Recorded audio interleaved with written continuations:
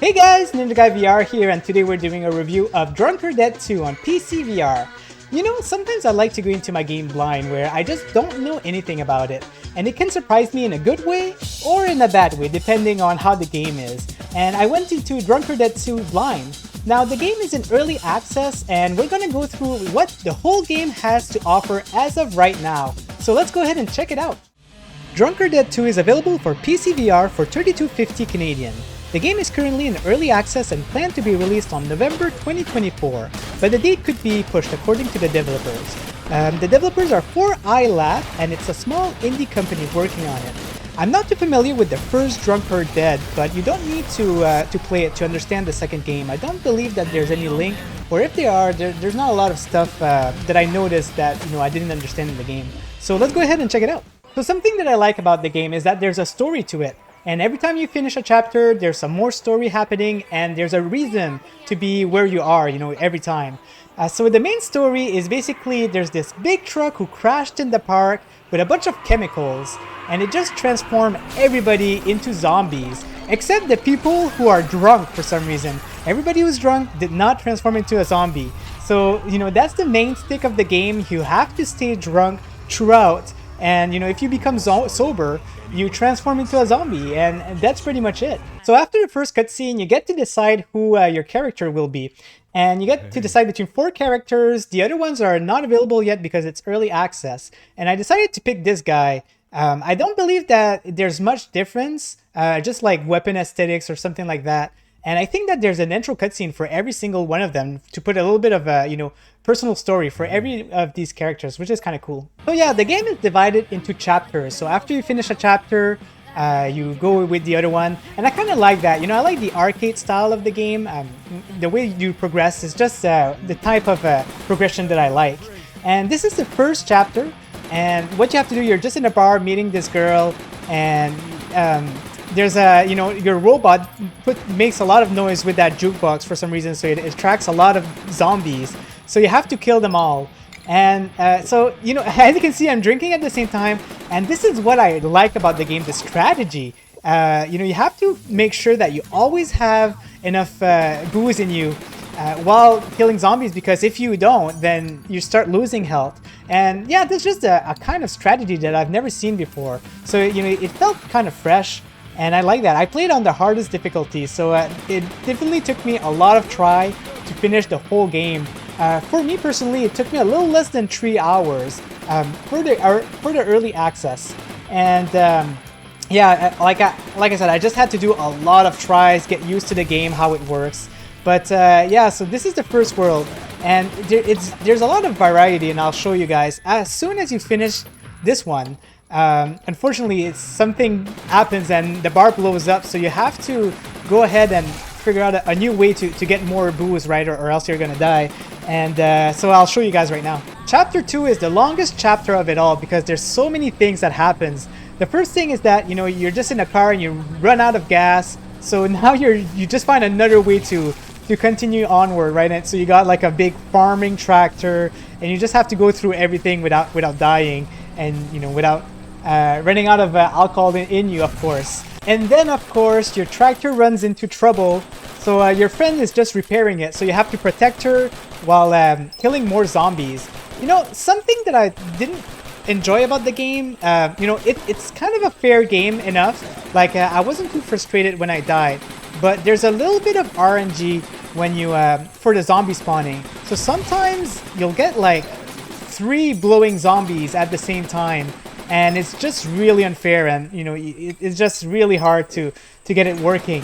Another thing is with the bottles, sometimes you'll grab a bottle. I don't know if it's because of my tracking, but it'll just destroy every other bottles around, so then I don't have enough drinking vodka to keep myself on. But I remember having a really hard time, especially at that part, because of the zombie spawning and everything. Was, like I said though, not frustrating. It's just that sometimes the zombie spawning maybe wasn't too fair. So there's another chasing scene after that, and then after this scene there's like another one where you have to shoot with a machine gun while you're driving. But I'm just gonna show this one, which was kind of cool. It was kind of like a defense kind of part where you still have to kill zombies, but you get like a bow and arrow with explosives. Just have to make sure that they don't reach the door. because otherwise you're gonna die. So the main goal of chapter 2 was to find the priest, because it was known that he did some good booze, so for you to stay alive, right? So we found the priest, fortunately, and but there's, of course there's more trouble. We gotta find sugar for making more booze. So this is how chapter 2 ends. Now chapter 3 took me a long time. We're progressing through, going through a police department, I think. So there's, a lot of cops shooting and things like that, like zombie cops. It's pretty cool. But something about this level is kind of cool, because you have to crouch to cover yourself, from the cops shooting at you. So unfortunately for the people who want to play this sitting down, there's no crouch button. So keep that in mind. You'll probably have to play that standing up, and crouch yourself and things like that. So it requires a little bit of movement. That is the most action intense level. And oh man, right now I have a zombie blowing right at me. That's going to be crazy. But yeah, that was a very hard part. Not as long, because all you have to do is just go through this part, kill all the zombie cops, and then you've pushed through for chapter 3. Here's a little bit more action from chapter 3. I like that. I'm trying to defeat the cop while drinking at the same time, being proactive. Like I said, like, even though it's silly and, dude bro kind of shooting, there's just strategy into it. That's what I like about my game, just good strategy. And this one was cool, where you have to manage your drinking and shooting at the same time. And that's all you get for chapters in early access. But what's nice is that you get kind of like a sub chapter that you can do, to progress. So that was nice of them. They could have called this a chapter 4, honestly. That was like a full chapter, but I guess they called them just side things before going into chapter 4. There's another sub chapter before going into chapter 4, but I don't think that we have access to that one. But as you can see, there's a lot of versatility. In this one, I'm controlling like a droid and putting some explosions to kill these zombies before we can progress through. So that one was still pretty hard. I didn't have a lot of time before I was getting sober, so I was losing a lot of health. And yeah, I had to do it a lot of times, but still super fun. And I enjoy just, the versatility of all of these levels. So outside of that, you get access to kind of like a hub, which is a strip club, basically. And right now it's only offline, but in the full game, it'll be available to meet with people, which will be kind of cool. As you can see, I'm just having fun, just smoking a cigar. She's gonna put in some shot glasses, gonna drink them. It's funny because you still have to stay drunk in the bar. So if you don't stay drunk, you'll die. So it's kind of cool, just the atmospheric of being in a club and doing some stuff. And there's actually a little bit of things that you can do, and let me show you guys. You can play the piano, it's not that crazy, but you can do it, so it's kind of cool. And you can play bowling, so it's fully, realized bowling. It works pretty well. I was able to do 2 shots for having a strike. And I don't think it's called a strike, right? But yeah, 2 shots and I got them right there. Boom! Hell yeah!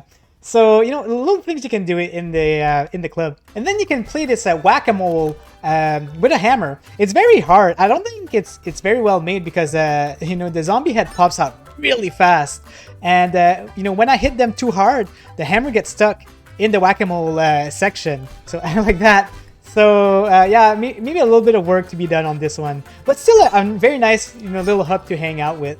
Other than it's a strip club, depending on if that's a type of place you want to hang out with friends inside. So there's a few nitpicks that I have in the game, and the first one is that it takes so long from starting the game to get into the action.